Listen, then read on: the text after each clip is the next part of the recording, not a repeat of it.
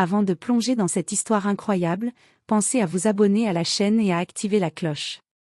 Ici, chaque récit a quelque chose à dire, et vous ne voudrez pas en manquer un seul.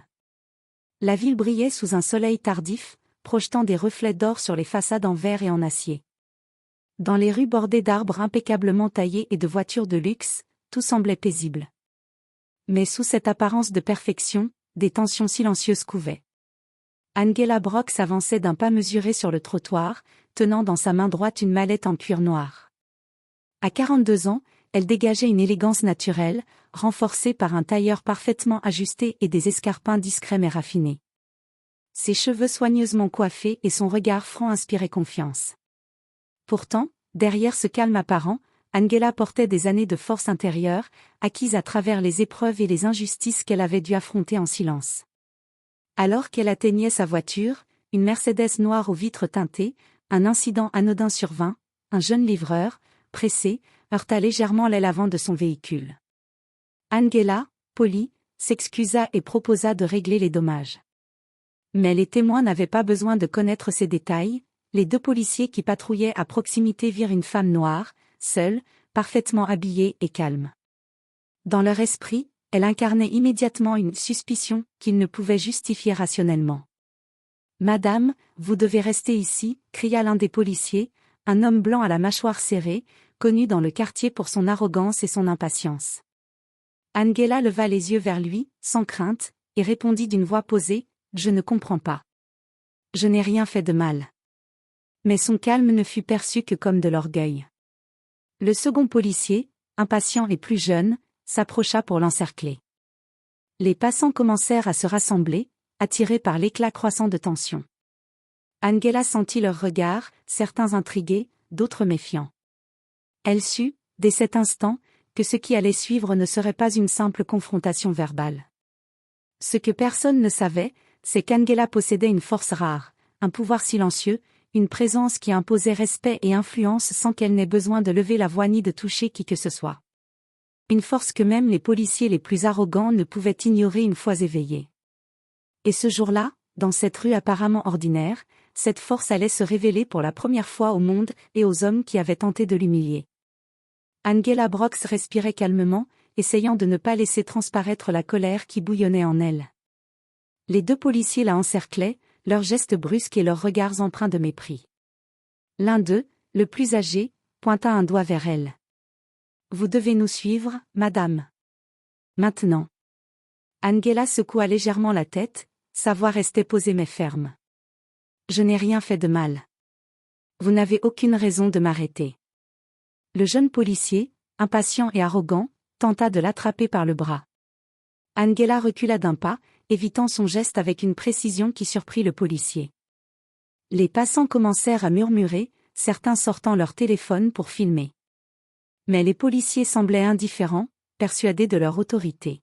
« Arrêtez de résister », cria l'homme âgé.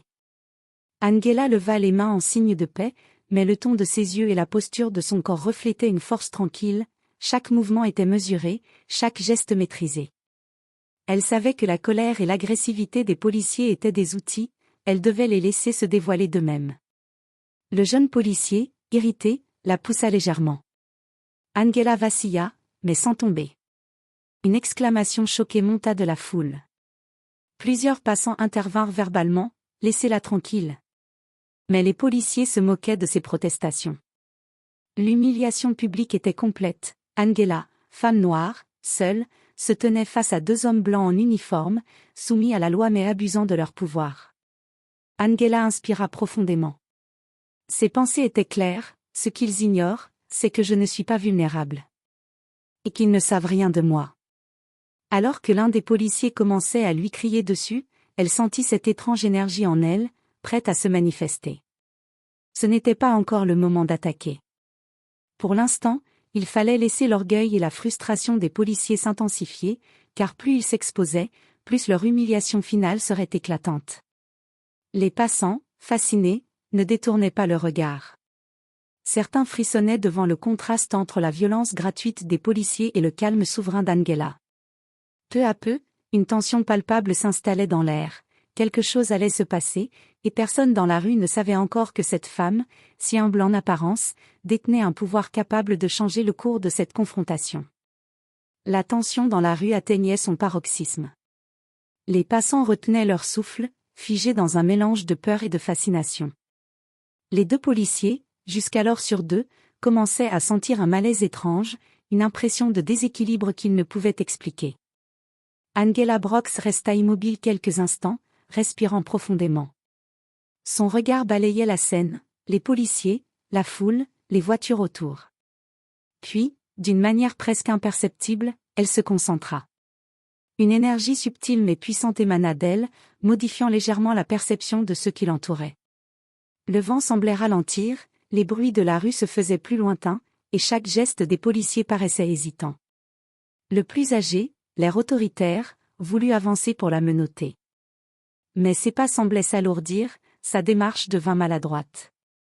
Son jeune collègue, plus nerveux, balbutia des ordres contradictoires. Reculez ? Non, attendez. Angela ne fit rien de spectaculaire. Elle ne criait pas, ne gesticulait pas.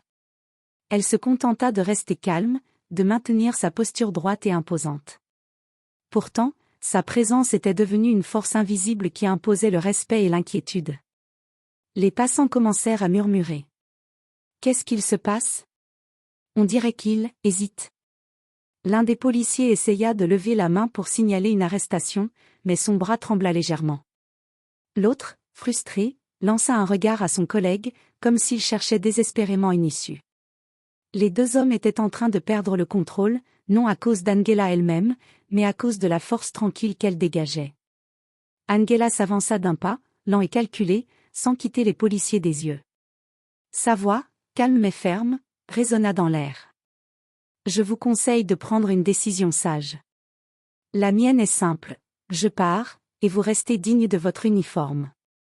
Le plus jeune policier recula d'un pas, incapable de soutenir son regard. Son collègue, le visage rouge de colère et d'embarras, baissa finalement les yeux, sentant que cette femme ne se laisserait jamais intimider. Dans cette fraction de seconde, le rapport de force avait changé, l'humiliation allait désormais s'inverser. Les passants, choqués et fascinés, commencèrent à applaudir doucement, certains murmurant leur admiration.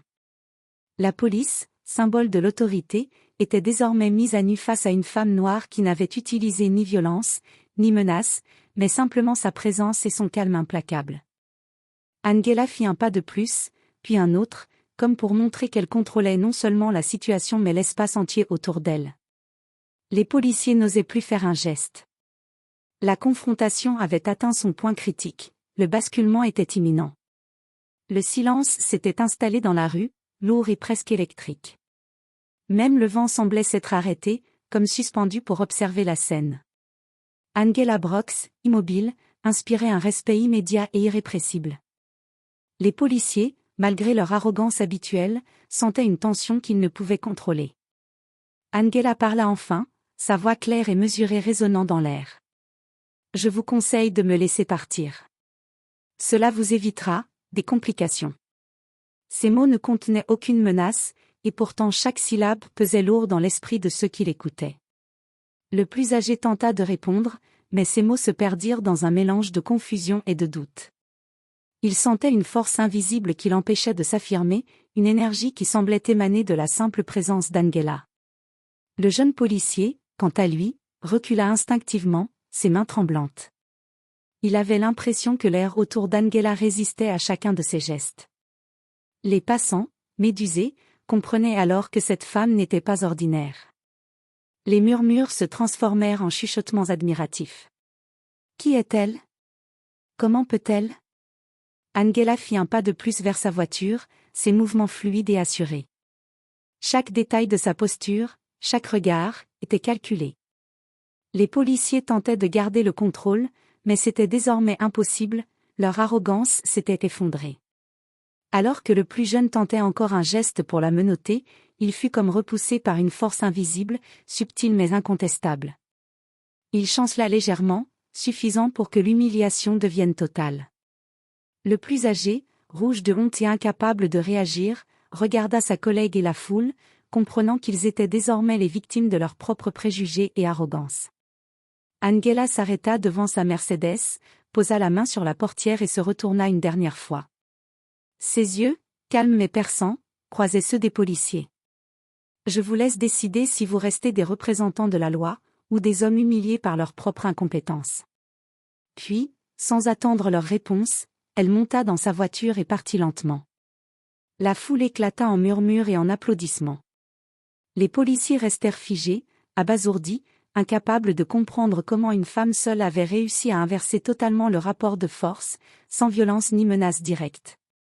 Ce jour-là, dans une rue anodine de la ville, Angela Brox révéla son véritable pouvoir, une présence et une autorité si fortes qu'elle imposait le respect et la peur, même aux plus arrogants. Les policiers, eux, durent faire face à la réalité de leur propre humilité. Le lendemain matin, la ville bruissait encore de l'histoire d'Angela Brox. Les vidéos filmées par les passants circulaient déjà sur les réseaux sociaux. Partout, les gens parlaient de cette femme noire, élégante et calme, qui avait humilié deux policiers arrogants sans lever la voix. Mais pour Angela, cela n'avait jamais été une question de gloire. Son objectif était simple, imposer le respect et rappeler que le pouvoir véritable ne réside pas dans l'uniforme, mais dans la maîtrise de soi et la force intérieure. Dans son appartement surplombant la ville, Angela regardait les nouvelles, un léger sourire aux lèvres. Les journalistes tentaient de la contacter pour obtenir une interview, fascinés par la manière dont elle avait neutralisé l'autorité avec une seule présence. Elle savait que certains y voyaient un miracle, d'autres un simple effet psychologique.